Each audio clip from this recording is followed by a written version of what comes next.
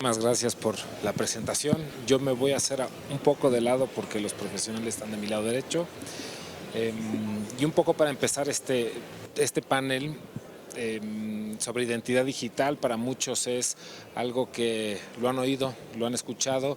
Sin embargo, creo que hay pocas veces que pueden reunir a gente con tanto conocimiento sobre el tema que a los cuatro profesionales que tengo a mi derecha.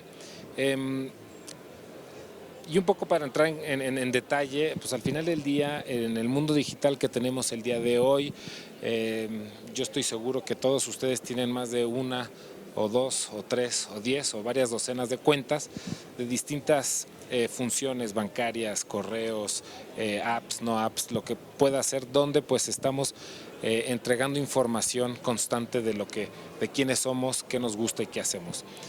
Para todo esto, quisiera un poquito desviar la conversación a preguntarle, por ejemplo, empecemos con Paco, de qué es la de identidad digital y para qué nos sirve y por qué es importante. Bien, buenas tardes. En un mundo donde prácticamente ya tenemos muchos de nuestros procesos, muchas de nuestras interacciones, digital, pues es propiamente una evolución. Una identidad tradicional, típicamente, pues todo el mundo la tenemos. O sea, una credencial INE, una credencial de una universidad, un pasaporte, y muchas veces esas identificaciones que lo que hacen es tener los rasgos distintivos de nuestra identidad, como pueden ser nuestro nombre, nuestro CURP, nuestro RFC, nos permiten acceder a diferentes digamos que servicios o a diferentes cuestiones, dependiendo de para qué haya sido diseñada esa identificación. Al hablar de una identidad digital, pues precisamente es así como requerimos de este tipo de identificaciones que yo ejemplificaba.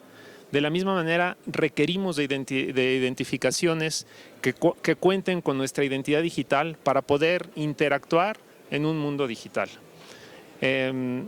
Esa yo considero que es una de las partes básicas, como yo creo que nos puede ayudar a entender por qué necesitamos una identidad digital. Si queremos operar en un mundo digital, requerimos de una identificación que tenga de manera digital, que tenga nuestra información, que nos acredite y que nos permita ser reconocidos ante este tipo de ecosistemas. Gracias. Me gustaría también agregar que una identidad física, como la conocemos hoy en día, por lo general está respaldado por alguna institución, normalmente gubernamental. La identificación física que tenemos en México normalmente es el INE, no porque sea la institución que se supone que debería hacerla, pero es la mejor que tenemos hoy en día para hacer ese tipo de validaciones. Y una identidad digital no necesariamente tiene que estar respaldada por esa misma institución gubernamental. Muchas veces pensamos que tener una credencial física y mandarla a un proceso digital es una identidad digital. En realidad eso es un proceso digital sobre una identidad física. Una identidad digital se refiere un poco más a todo el respaldo que pueda haber de un montón de componentes y atributos que haga ser que cada ser humano, cada individuo sea completamente único y que lo pueda comprobar fidedignamente ante algún tercero. Ya sea que ese tercero sea quien lo valide o que alguien más de confianza sea que lo valide, pero no necesariamente tiene que ser una institución gubernamental como hoy conocemos, ¿no? Sí. A mí me gustaría agregar tres datitos como para ensalzar el tema. En el sector bancario, que ya sé que no es este foro, pero se los traigo como referencia, el año pasado hubo fraudes por robo de identidad por 2.288 millones de pesos. De esos, los bancos tuvieron que pagar de inmediato el 50%, 49 y algo. El resto está en juicio. Ese es un tema que me parece muy relevante. Cuando la banca, la CNBV, le dice a los bancos, ¿saben qué? Ahora van a tener que identificar de manera digital en el INE o en otras instituciones a las personas, y el malo que ya no va al banco porque ya se dio cuenta que lo está identificando, pues ¿a dónde creen que se están yendo? Entonces, el tema de la identidad digital me parece sumamente relevante en dos sentidos. En el sentido de prevenir, de cuidar nuestro negocio, de cuidar su negocio, y en el sentido de eficientar los procesos de negocio. Tenemos un caso que llevamos de una colocación de un crédito en una SOFOM de 15 días a 15 minutos, usando la identidad digital. Entonces solamente es como para poner un poquito de contexto en lo que está pasando, que no necesariamente tiene que ser la SOFOM pequeña, la SOFOM grandota, el bancote, el banquito. Al final el ecosistema financiero te permite pues estar explorando diferentes cosas y haciendo una especie de cross entre lo que ya se está usando en otros lados y que se puede trasladar a sus negocios. Muchas gracias a todos. A mí me parece muy interesante lo que comentan, sobre todo ahí, Fred, creo que tocaste un punto fundamental en lo que quieres decir con lo de identidad digital. Identidad digital no es el atributo físico, ¿correcto? Entonces, como identidad digital, te estás tú refiriendo a una propiedad privada de cada uno o de los rasgos distintivos de cada uno que debemos de poder tener en un mundo digital y completamente digital. Nada que ver con la parte física, ¿correcto? Correcto. Y Y de hecho, complementar eso, quien considero que debe ser el dueño de esa identidad es el mismo usuario. El individuo es el dueño de su identidad. Las instituciones, corporaciones, organizaciones podrán hacer uso de ella de manera autorizada, pero el dueño sigue siendo el usuario. Por eso existe la Ley Federal de Protecciones Personales, Derecho Arco, etcétera, ¿no? De hecho, en ese tema que comentaba Carlos, ahora mismo México tiene el 8º lugar en robo de identidad en el mundo. Entonces, yo ahí me veo y digo, ¿cuántos de nosotros tenemos hoy en día cuentas de Facebook? Levante la mano quien no tiene cuenta de Facebook acá, por favor. Bien, un aplauso para el caballero, otro aplauso por acá, para la señorita y el señor que está allá. Ahora, fíjense ustedes cuántas personas fueron afectadas por el robo de identidad de Cambridge Analytica en México. Estamos hablando de que casi 800,000 personas fueron afectadas por ese robo de identidad. Y vamos a nombrar Capital One, vamos a nombrar cuánta de esta información de nuestras identidades hoy se encuentra pública. Y ahí comencemos a hablar de riesgos, ¿no? Y comenzamos a hablar de qué cosas suceden hoy y cómo la suplantación de identidad se convierte en un patrón cada vez más recurrente. Porque hay mucha información pública. correcto, a ver, y un poquito echándonos hacia atrás y hacia ese punto queríamos llegar, es justamente, si bien en los opening remarks de aquí en la mañana te hablaba la Conducef que pues, el principal problema que está viendo es la usurpación de identidad. Ahora bien, ese es un problema, sin embargo, creo que el problema siempre se resuelve entendiendo bien el origen. Lo que Fred, aquí Francisco, Charlie nos está diciendo es, oye, ¿sabes qué?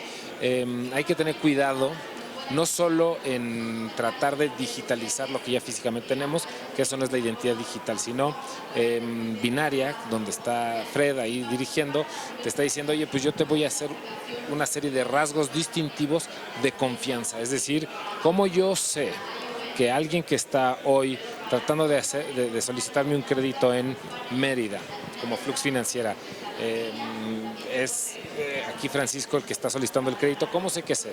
Entonces, la identidad digital es un medio único, distintivo, propiedad del que dice serlo, que tiene que pasar una serie de barreras para que la contraparte lo acepte. Ese es un gran reto, ¿no? Entonces, la usurpación de identidad se apalanca de las fallas que tienen estos retos actuales, ¿no? Ahora, si bien la identidad digital lo vamos a decir como unos rasgos distintivos únicos de cada uno de nosotros, más allá de ahorita de hablar de los problemas que tiene, ¿cuáles son? Ya habías comentado alguno, Charlie, que de 15 días a 15 minutos nos vamos a hacer. ¿Cuáles son los privilegios de tener identidad digital y por qué nos conviene tener identidad digital? Pues a ver, hay que separar dos cosas importantes en los procesos de negocio de ustedes. Una cosa es identificarte, otra cosa distinta es estar de acuerdo con eso. Entonces, primero, O sea, Nacho puede decir que es Nacho y nosotros tenemos que asegurarnos, nosotros que tenemos plataformas, de que él es quien dice ser. Pero eso no significa que él está de acuerdo en contratar el producto.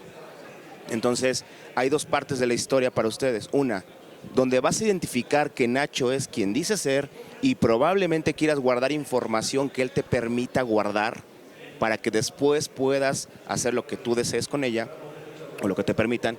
Y la otra es estar firmando acuerdos cada vez, por ejemplo, si usted le dan un préstamo y van a negociar y que lo mandas a más plazos, aportaciones, etcétera, etcétera. Cada vez que va a suceder esto, tenemos que revisar otra vez que Nacho es quien dice ser y dos, tenemos que asegurarnos de que él está de acuerdo con que está adquiriendo un compromiso con ustedes. ¿Cuál es este tema? Ya en una de las preocupaciones que conozco que es para ustedes, la cobranza. ¿Qué sucede con una identidad digital cuando te aseguraste de que era quien dice ser? Y dos, lo tienes en la persona expresando su voluntad del acuerdo, la cobranza se te va, o sea, el impago se te va, tiende a cero. Porque tienes a la persona diciendo, me comprometo a hacer esto y esto y esto y esto, utilizando temas de biometría, que ahorita si quieren también platicamos de eso. Entonces, estos beneficios, si comprendemos estas dos partes, que una es identificarte y otra es firmar un acuerdo, y ustedes se montan a una de estas plataformas, aparte del tiempo, su cobranza, sus problemas de cobranza van a disminuir. Porque una persona que no está dispuesta a firmar algo con biometría o con alguno de estos mecanismos, es porque piensa no pagar. La persona que realmente está dispuesta a poner su cara frente a una plataforma, un dispositivo, identificarse con la huella, con el rostro, con lo que sea, firmar, esa persona es porque está adquiriendo este compromiso y sabe que va a cumplir. Entonces, de entrada, los malos, los defraudadores, se van. Entonces, lo que pienso es, estos beneficios, como el tiempo, también existen otros beneficios de agilidad, a distancia, si el representante legal está en otro lado y tú quieres ver a la persona. Clásico que pues el que firma es el bueno y el bueno está de vacaciones en quién sabe dónde, también no nada más en tiempo, sino en distancias. Entonces ahí ya dije tres cosas, ¿no? Tiempo, distancia y la cobranza, que me parece que la cobranza pudiera ser una de las más contundentes. Y cuando vemos el tema de temporalidad, tenemos que tomar en cuenta en qué momento del tiempo se hace esta identificación o se hace esta certificación de que yo estoy de acuerdo con ese servicio o que yo quiero contratar. Y no solamente, fíjate que yo quiero diferir un poquito de ti. O sea, estoy de acuerdo parcialmente con el tema de cómo el que se identifica es porque quiere adquirir o quiere pagar en algún momento. Fíjate que puede pasar que no tengo confianza, yo como usuario final no tengo confianza en esos servicios, no solo porque quizás los controles de seguridad que tú puedas estar brindando no me los estás diciendo, no te estás publicitando, primera vez que te veo, puedes tener una tasa muy atractiva, pero no necesariamente eres conocido. Entonces aquí entra un tema de back office, de todos unos esquemas de protección que vienen muy por detrás de todos nosotros y que están asociados a alimentar esa confianza de quien adquiere el servicio. Entonces, si nosotros logramos que el usuario final confíe, no solo en su identidad digital, sino en los servicios que nosotros le estamos prestando y que nosotros contamos con las medidas para que esos servicios sean totalmente confiables o al menos se cierre la brecha de riesgo, pues muchas más personas van a adquirir estos servicios y muchas más personas van a masificar ese consumo. Creo que es una de las razones, la confianza finalmente, es una de las razones por la cual estos servicios no se han masificado de manera amplia, ¿no? Me dejas contra... entiendo tu punto, sin embargo México ya está preparado para estos temas. Seguro que sí. Tenemos chance de trabajar también en Latinoamérica y es un poco distinto. Lo que pasa en México, y justo creo que hay un tema importante en lo que mencionas, ¿qué pasa si me piden identificarme con huella digital o con rostro, con biometría, etcétera? Flux Financiera en la calle donde yo vivo y nadie sabe quién es Flux Financiera, ¿no? Ese es tu punto y lo entiendo perfecto. Sin embargo, dado que México está preparado para esto, Flux Financiera puede decir, contamos con una certificación ISO 27001, estamos registrándonos ante el INE con la credencial de elector mexicana y aquí está el acuerdo de la privacidad de la información disponible para todo el mundo. Entonces, creo que tienes un punto interesante, pero también creo que hay muchas respuestas en las que se pueden resolver estos temas de manera muy eficiente. Creo que aquí justamente, Fred, y viendo justo, porque lo que están hablando es justamente lo que estábamos comentando hace un rato, ¿no? Al final son validaciones de confianza, ¿no? Sí. Y yo también estoy de acuerdo contigo. Yo creo que México sí está preparado y de hecho más usuarios lo estamos haciendo, más de lo que nosotros mismos creemos. Creo que es el 87% de los teléfonos móviles en México ya son teléfonos inteligentes. Se pronostica que para el 2020 el 80% de los teléfonos salgan con algún tipo de sensor biométrico, ya sea facial o dactilar. Y hoy en día estamos dando mucha más información de la que creemos. Vimos en el público que solo 3 personas no tienen Facebook, pero el resto dieron sus datos personales en algún momento a una plataforma que no saben cómo custodian sus datos personales. Claro. En algún momento se lo dan a Airbnb, en algún momento se lo dan a un doctor en línea, en algún momento hasta los jueguitos que compren en el App Store, a lo mejor no saben, pero le están dando sus datos. A través de Apple le están dando los datos a todo eso. Entonces, ¿qué mejor que montarse en plataformas, montarse en procedimientos que hagan lo mismo, pero de manera completamente controlada y legislada? De acuerdo. Oye, me queda claro, ¿no? Hay beneficios, hay retos, y justamente en eso, Francisco, yo te quería preguntar a ti, ¿cuáles tú crees que sean los principales obstáculos que hoy tiene la identidad digital, quizás en primera instancia en México? Y me gustaría extrapolarme y a ver si lo podemos ver de manera mundial, porque si es una identidad digital, creo que las barreras políticas son cada vez menos obvias, ¿no? Bien, considero que el poder aceptar, reconocer una identidad digital en cada una de nuestras empresas, en cada uno de nuestros procesos, pudiera ser una decisión de cada uno de nosotros. ¿Qué ocurre, por ejemplo, en la banca?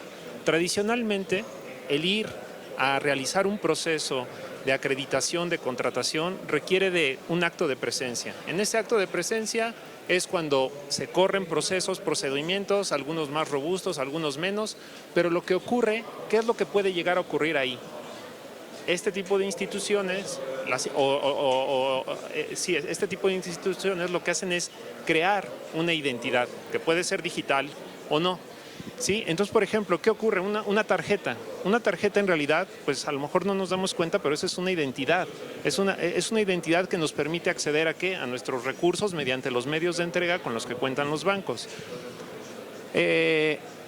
Muchas de las instituciones lo que hacen es invertir para poder otorgar estas identidades y poder tener esos medios de acceso. Hoy día coincido que en México estamos muy preparados y bueno, pues a todos nos va a dar terror, ¿verdad? Pero una de las identificaciones digitales más robustas que tenemos es la e-firma del SAT. ¿Sí? ¿Qué ocurrió ahí? ¿Qué es lo que ocurrió? Pues quienes ya la fuimos a tramitar, y si volviéramos a hacer el ejercicio de levantar la mano, yo creo que vamos a hacer prácticamente todos. Quienes ya la fuimos a tramitar, ¿qué fue lo que ocurrió? Nos hicieron un reconocimiento, tuvimos que enrolar, tuvimos que poner nuestras huellas, dejamos nuestro rostro en un pad de firma, dejamos nuestro rasgo autógrafo y ese proceso se volvió confiable, se vuelve confiable. Tan confiable es que hay inclusive una legislación, una ley federal que nos permite que cada acto que se ejecute con una e-firma puede ser, nos genera los mismos... las mismas responsabilidades que hacerlo con una firma autógrafa. Validez probatoria. Validez probatoria, exactamente. Pero ¿qué ocurre? Muchas veces como que no nos da miedo usarlas, pues por obvias razones, ¿verdad?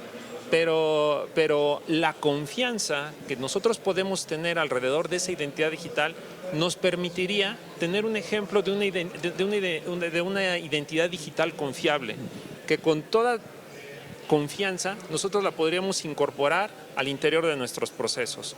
Combinar esa tecnología con otras tecnologías que nos hagan más sentido o que le den más sentido a nuestro negocio o simplicidad a nuestros procesos es parte, considero yo, de los retos que deben de afrontar algunas de las organizaciones para la adopción de este tipo de mecanismos para reconocer a la otra parte.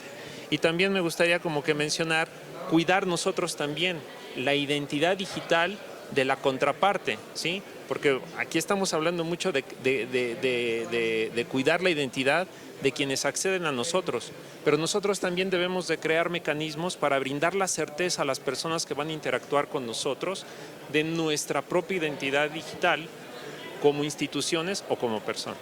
Ahora, yo les quiero hacer una pregunta a todos ustedes. Bueno, obviamente por mi acento saben que no soy mexicano de corazón, pero no de nacimiento. Pero me dicen, México está preparado, ¿no? Las personas están preparadas.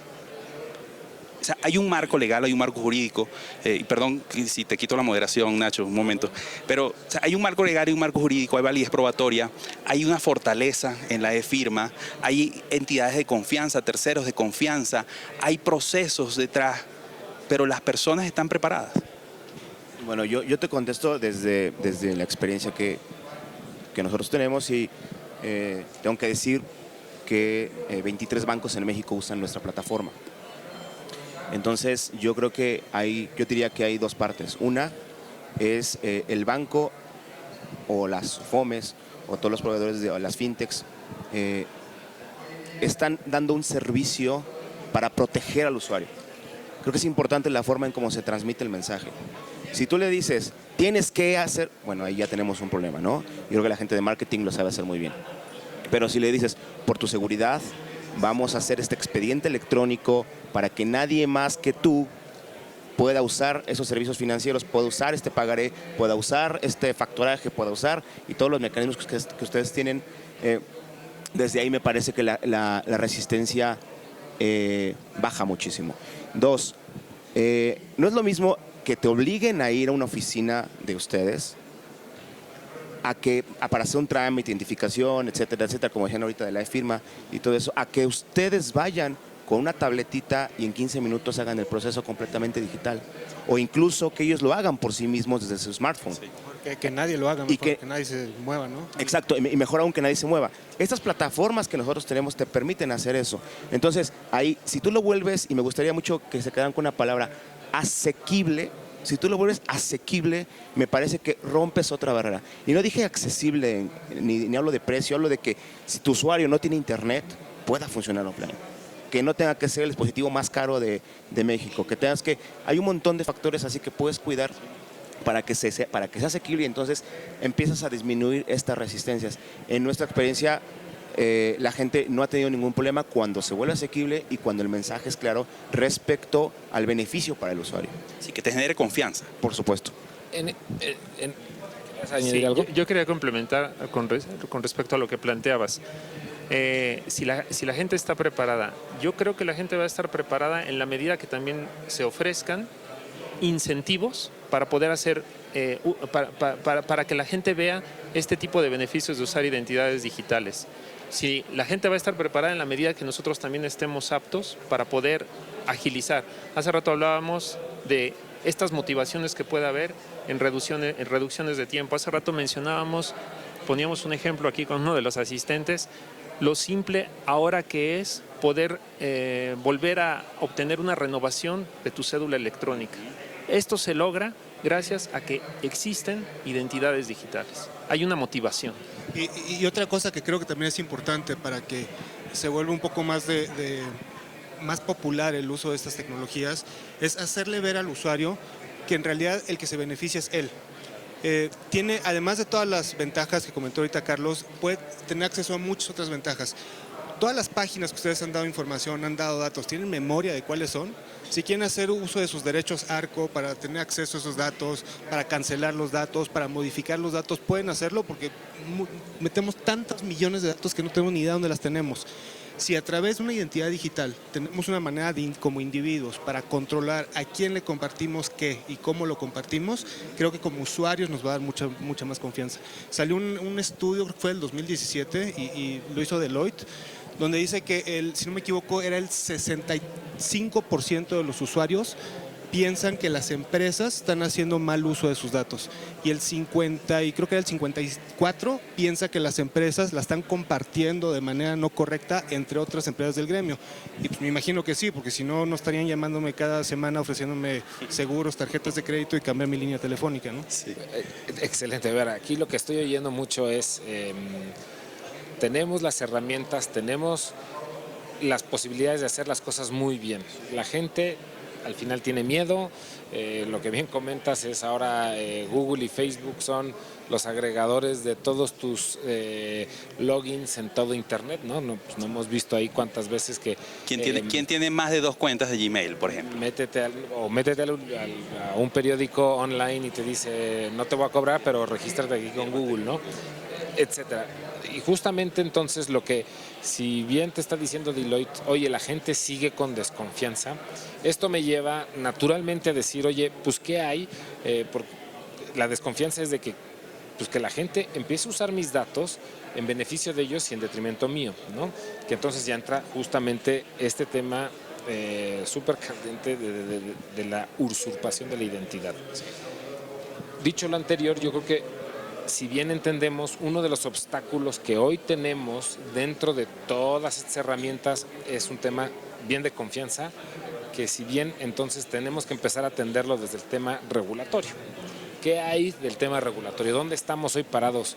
Y quiero hablar nomás ahorita de México, porque sé que una charla de identidad digital puede hacer conferencias de varios días, pero... el obstáculo, o bueno, por lo menos el inicio de un buen avance, no solo por parte del usuario, sino por parte del marco regulatorio, ¿debe de darse o no debe de darse? Hablabas de derechos ARCO, al final del día, por lo que entiendo hoy, no es ni siquiera una legislación a nivel federal, o sea, no es un crimen a nivel federal. Entonces, ¿qué me pueden decir de esto? Tema legislativo, regulatorio, hace unos 5 años, 6 años, la CONSAR, fíjense, fue el primer problemita de robo de identidad. Había un mercado negro de afores, que yo no sé si ustedes sabían, que hoy estabas en un trabajo y estabas en un afore, tú ni te enterabas, y después te cambiaban de afore y tampoco te enterabas, y después resulta que estabas en quién sabe cuántos afores, porque los vendedores se vendían la cartera entre ellos y se le daban una lana, ¿no? Entonces la CONSAR se dio cuenta y dijo, vamos a escribir una ley para empezar a hacer el uso de la biometría. Y entonces empezaron a validar la huella digital, y para darte de alta por primera vez o algún cambio, etcétera, tienes que poner tu huella digital y tu identificación y otras cosas. Después se trasladó a la banca, y entonces la CNBB escribió lo que se conoce como la CUB, la Circular Única de Bancos. En esta CUB especifica como ya un avance de lo que se pidió para la CONSAR, para las afores, que ahora los bancos tienen que hacer, y esta básicamente dice, tienes que identificar la credencial del lector, hacer la captura de la huella digital, validar ante el INE, que ya es por ley. En marzo del 2020 los bancos están obligados a cumplir con esto que les estoy diciendo. También me parece que ya salió una modificación para ustedes, donde me piden la geolocalización y me parece que la fotografía.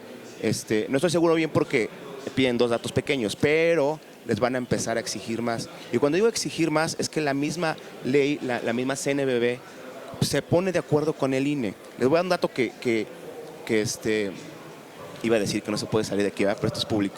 Bueno, se van a abrir nuevos datos biométricos del INE, no solamente la huella dactilar, va a haber más cosas.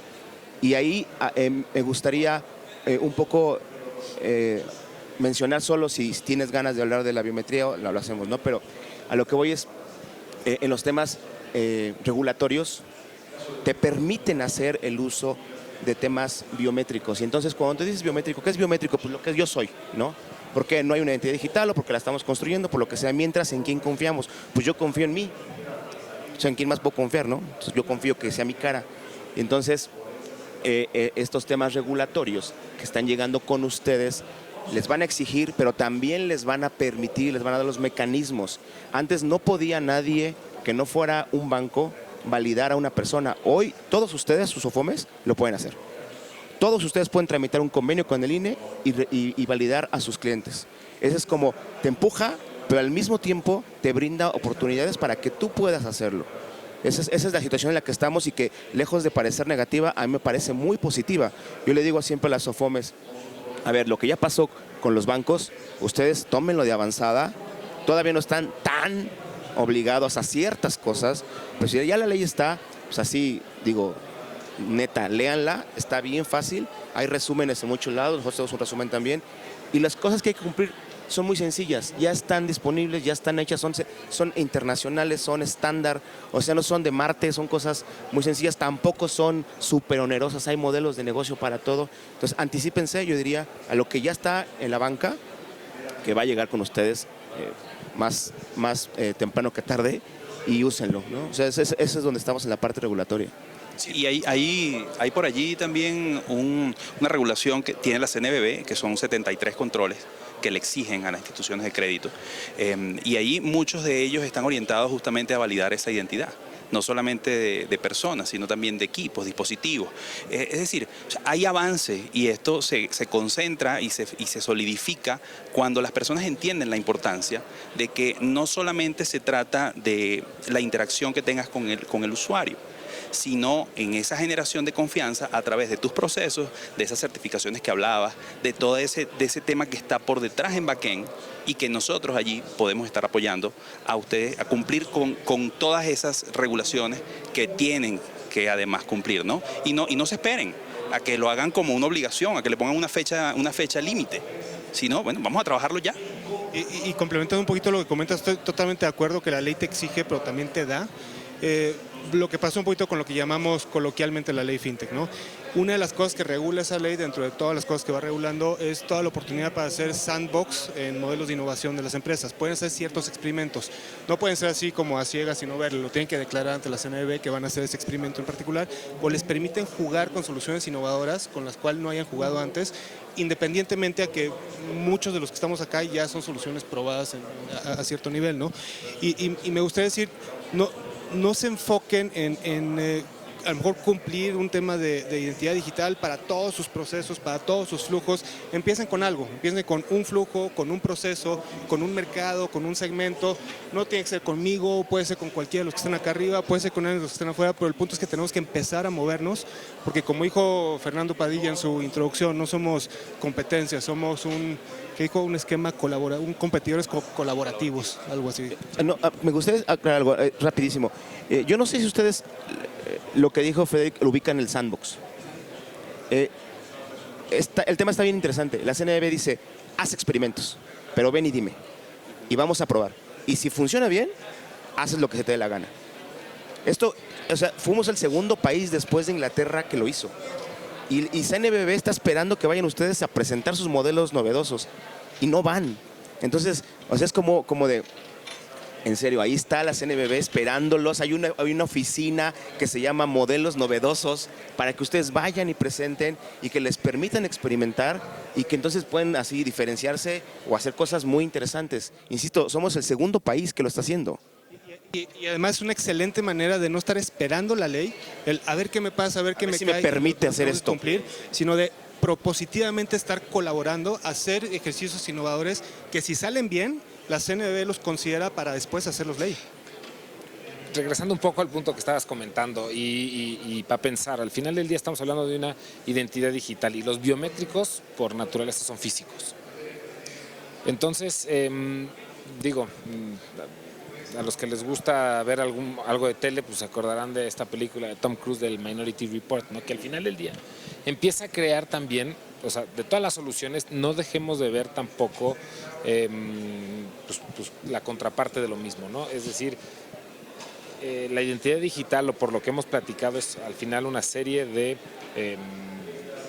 particularidades únicas que identifican a alguien y lo que decía Fred es, yo soy dueño de ello, yo soy el que lo controlo y al final del día yo tengo mi identidad digital, entonces si voy con Francisco y Francisco me pide que me identifique, pues le puedo compartir ciertos rasgos característicos únicos y no más por una cierta cosa, ¿no? Lo mismo con Omar, lo mismo contigo. ¿Qué pasa entonces y por qué entonces a lo que yo veo aquí es una divergencia en el futuro donde la parte de los rasgos físicos van a tener que dejar de ser. Entiendo. Entonces los biométricos por entrar, o sea, cuando hablamos de una identidad digital, no tienen razón de ser, ¿o sí? A ver, yo creo que es que también estudio un poco de filosofía, entonces creo que nos estamos metiendo en un tema un poco filosófico y no hemos ni nada nos han invitado aquí para meternos en ese tema. Y lo digo por lo siguiente: la tecnología la inventamos nosotros, los seres humanos, pero nosotros no nos inventamos a nosotros mismos. A lo que voy es a lo siguiente: hackear a un ser humano no veo que haya forma jamás en la historia de la humanidad. Tu DNA es tu DNA, ¿no? Tu DNA es tu DNA, ¿no? Y entonces en eso creo que vamos a ser únicos para siempre, hasta que haya un quinto renacimiento y entonces cambie lo que estamos pensando, ¿no? Por eso decía que a lo mejor un tema un poco filosófico. Pero entonces, en este momento, hasta donde yo alcanzo a ver, hasta donde lo que está pasando y lo que hemos visto, la tecnología, dado que la hicimos nosotros, hay seres humanos malos que la hackean. Y entonces tú pones la identidad digital, ya la huella cripto, cifrada con lo que tú quieras y bla, bla, en el blockchain distribuido en Ethereum, mañana ya lo hacemos todo, firma autógrafa digital, bla, bla, bla. Sí, siempre va a haber alguien malo que se va a meter y va a encontrar la forma, ya sea de cambiarla, de robarla, de hacer algo. Y entonces por eso se vuelve, pienso, como un complemento. La tecnología, esta identidad digital, pienso yo, no se va a quedar en una cosa como está hoy. Este es el inicio de la identidad digital. O sea, una clave y un password fue el inicio de una identidad digital. Hoy ya tenemos una firma, tenemos un rasgo, tenemos lo que se guarda en una huella digital. No es la huella digital, es una línea de caracteres únicos que representan a tu huella digital. Y entonces así vamos a ir evolucionando. Mañana a lo mejor vamos a tener un lector de cabello para sacar el ADN y entonces se lo vamos a poner al iPhone y el iPhone te va a escribir que eres tú el que realmente está. Entonces, lo dividí en dos. La tecnología va a seguir ahí, tiene que ir evolucionando. La identidad digital va a evolucionar, pero el ser humano va a seguir siendo como es. Entonces, más bien, vamos a ir encontrando qué cosas del ser humano vamos a subir a la plataforma, vamos a subir a la tecnología, sí, para seguirnos asegurando de que Nacho es quien dice ser. Es que hay un principio de ciberseguridad que no tiene 2 días, más de 10 años, que dice que hay más de un factor de autenticación. ¿Sí? Lo que yo sé es mi password. Lo que tengo, el usuario, mi password, exacto. Lo que tengo puede ser un token, puede ser mi firma, y lo que soy, eso no cambia. Entonces yo puedo leer el patrón de venas de una persona, puedo leer el patrón de la retina, puedo leer la huella digital, ¿sí? Y puedo leer 1000 cosas, hasta la forma del pie. De hecho, cada vez que se vaya haciendo mucho más compleja, habrán métodos tecnológicos que nos facilitarán que ese reconocimiento sea en menor grado y menor tiempo y aproveche esas facilidades que te dan el Big Data, que te dan la inteligencia artificial, para hacer más rápido un reconocimiento, pero además hacer más rápido un proceso de autenticación. Y allí es donde todos ustedes quieren llegar, en 15 minutos otorgar un crédito o rechazarlo. Por eso un poco regreso, a ver, y lo que decía, siempre va a haber gente mala y la filosofía la dejamos para el postre, como dicen. Sí, ya nos quedan aquí poco más de 5 minutos y nuevamente, o sea, en la parte de regulación vimos aquí, ya nos dijeron, oye, pues está la CNBB, modelos innovadores, ya regularon el OK, pero al final del día, y un poquito en conclusión y tratar de esto, o sea, yo creo que de lo que les preguntaba, si los obstáculos no es que te permiten o no te permitan hacerlo, sino es decir, qué pasa justamente cuando lo inevitable, por mucho que haya multifactor, te pueden suplantar la identidad, aunque sea tu DNA, pues no, tu DNA lo pueden echar en la escena del crimen y tú nunca estuviste ahí, sin embargo, bueno, pues ahí estuvo tu DNA. O sea, ¿cómo viene avanzando la legislación no solo por la luz verde, sino por la luz de cautela, de defensa a los que difícilmente se pueden defender? Yo la última vez que escuché, ahí no sé si una abogada me dijo, mira, el único problema que tienes con la suplantación de identidad es que si te pasa algo en Tlaxcala, lo van a regular distinto a que si te pasa en Oaxaca. Entonces, de entrada, creo que por ahí podemos empezar a tener métodos para que justamente lo que tú dices es que no nos confiamos unos a los otros. Bueno, pues para que esto también funcione no solo tiene que estar las tecnologías listas, sino tiene que estar un poco un marco regulatorio donde la gente sepa qué pasa en caso de que no vaya como tenemos planeado, ¿no? Entonces, ¿tienen algo ustedes de todo lo que en sus día a día que justamente son los expertos, ¿qué hay de eso? O sea, ¿qué pasa cuando las cosas no pasan como queremos que pasen? Mira, yo creo que en cuanto a marco regulatorio, y a lo mejor también me voy a meter un poquito la filosófica, o sea, la identidad se empezó hace más o menos 100,000 años, la gente se reconocía como por collares que tenían. Después, en la época de los babilonios, empezaron los primeros censos, que fue más o menos 3,000 años antes de Cristo. Después no me acuerdo si fue 200 o 300 años antes de Cristo, los romanos modificaron y perfeccionaron los censos. Y después esos censos ya le fueron dando ciertos números únicos.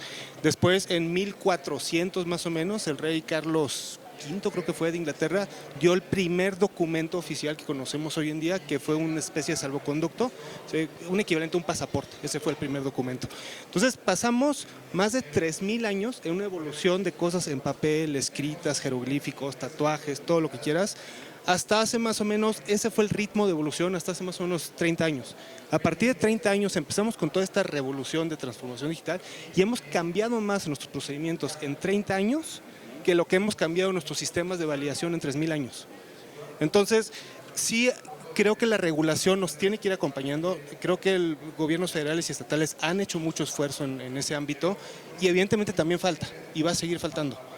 Pero creo que justamente huecos de oportunidad, no huecos, al contrario, incentivos como el sandbox, como modelos innovadores, son una manera en que nosotros podemos proponer cómo ir acompañando esa nave de avance tecnológico para que no nos quedemos atrás.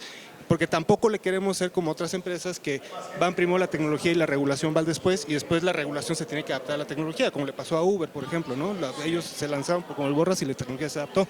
Pero de que va a pasar, va a pasar. Es un hecho y nomás es un tiempo y pues más bien ya se empezó a hacer. Y nomás por un tema de tiempo, como pueden ver, son 3 minutos. Si a cada uno de ustedes les preguntara qué les dejarían a todo el auditorio ahora para que se llevaran a casa a pensar y pudiera hacerles de mucho provecho y que se llevaran algo puntual de esto, ¿qué sería, Francisco? Yo creo sería este mensaje que ya comentábamos, saber y tener la certeza de que ya hay elementos para poder confiar en estos procesos, también entender las restricciones, las limitantes que pudiera haber alrededor del proceso.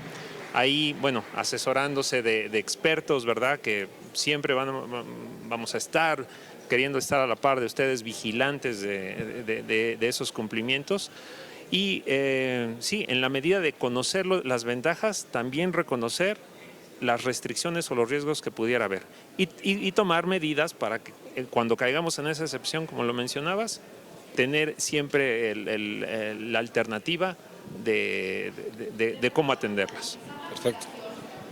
Yo les diría, existe el bueno y existe el malo, ¿sí? Y el malo siempre va a estar allí y no sabemos quién de los que están acá viene con la intención de conocer cuáles son las cosas que nosotros vamos a decir. Yo les digo, hoy en día es más probable que suceda un robo, una suplantación de identidad, a que roben un banco físicamente. Es mucho más probable. Hay personas que se encargan de trabajar los controles de ciberseguridad, de hacerlo más sencillo para ustedes. No se carguen ustedes ese trabajo. Ese trabajo déjennoslo a nosotros. No lo hagan conmigo, no lo hagan con Frederick, no lo hagan con Carlos, no lo hagan con Francisco, o sí, háganlo con alguno de nosotros. Sí, digo, o sea, finalmente, finalmente no lo hagan específicamente con alguno de nosotros, pero háganlo. Existen, ya existe la regulación, ya existe la preparación, van a seguir habiendo innovaciones, pero no podemos esperar nosotros que el malo haga algo para nosotros reaccionar. Trabajemos en esos controles de seguridad y hagámoslo de forma constante. No esperen que venga una regulación por ustedes y les diga, cumplan esto. Mi mensaje es básicamente el mismo, sea un proceso, sea un mercado, sea un segmento, sea un producto, pero empiecen a hacerlo. Puede ser chiquito y luego lo van creciendo, lo van probando, puede ser con un proveedor, puede ser con diversos proveedores, si quieren, hasta internamente si quieren, pero háganlo. Porque es más allá de la ley, tiene que ver con los procesos y no es algo costoso como mucha gente piensa. Puede tener ciertos precios, pero costoso es que hagan un fraude, costoso es que pierdan clientes, costoso es que no puedan cobrar. Eso sí es costoso.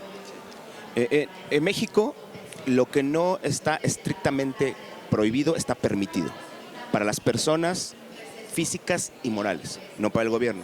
Entonces lo que les quiero decir es, no se espanten por nada de estos temas, no se espanten por precios. Hay modelos as a service por transacción, o sea, que no llegan ni a 100 pesos una transacción. Lo que quiero decirles es, en serio, ya está toda la mesa puesta, alguien más ya lo hizo antes, aprovéchenlo, está en el momento perfecto para hacerlo. Bueno, pues se nos acabó el tiempo, aquí nos los ponen en rojo y Justo, grande. ¿no? Déjame tomar una foto a eso y al panel, Perfecto. a las personas, a los invitados que hoy nos acompañan aquí. Gracias a todos por acompañarnos. Me despido yo y levanten las manos los que tienen Facebook. Ahora sí, qué bonito se ve, mira. Qué bonito se ve. No, bueno, Nosotros tenemos un stand aquí por si quieren saber más cosas, firma autógrafa digital, porque sabemos que el tiempo se acaba y hay más dudas. está el tuyo, también está Fred, ahí está Binaria, están todos. Nosotros estamos por allá. IQSEC, por favor. Entonces, pues un gran aplauso a todos los panelistas. Gracias. Gracias a ustedes. Gracias, compañeros. No se vayan. Todavía no hay preguntas en la app, pero si alguien tiene alguna pregunta, en el auditorio tenemos un micrófono disponible y yo sigo rezando porque descarguen la app. ¿Todo clarísimo? Ok, tenemos una pregunta por acá. A ver. Ya existe la tecnología, digamos, ya una plataforma que se pueda utilizar donde se puedan firmar pagarés digitalmente, pero pagarés que sean, digamos, únicos, no como se firma tradicionalmente con la FIEL, donde el archivo del contrato que sale pues es replicable, ¿no? Sino que sea único, tal vez mediante blockchain. Sí, nosotros tenemos uno, es un pagaré endosable con FAD y se utiliza Ethereum para hacer el endoso. Ya se está utilizando con la SOFOM más grande de México y otra que tiene esa misma en Guadalajara, que no puedo decir los nombres, pero ya se está haciendo en este momento. Y con que firma ustedes... digital se escribe en blockchain y cuando se hace el endoso se vuelve a hacer otra firma y se toma el hash del anterior. O sea, es toda una charla que di de este mismo en Monterrey para la SOFOM, pero ahí con gusto en el estante hacemos un ejemplo y existe. Que ustedes sepan, ¿hay algún antecedente de que sea algo que ya aceptan en tribunales? Ya no se oye. Nosotros, sí, hay antecedente, hay jurisprudencia, hay como varias tesis que existen ya sobre este tema, porque se hicieron como experimentos. Entonces, de hecho, hay como la parte legislativa y la parte operativa. En la materia legislativa, hay una persona que es el doctor Alfredo Reyes Kraft, que ya escribió y que ya se modificaron un montón de cosas para permitir justamente hacer eso. Y en la parte operativa hay 2 peritos certificados por el Consejo de la Judicatura, que esos peritos ya han probado estos mecanismos en juicios. O sea, sí, también existe ya. Gracias. De nada.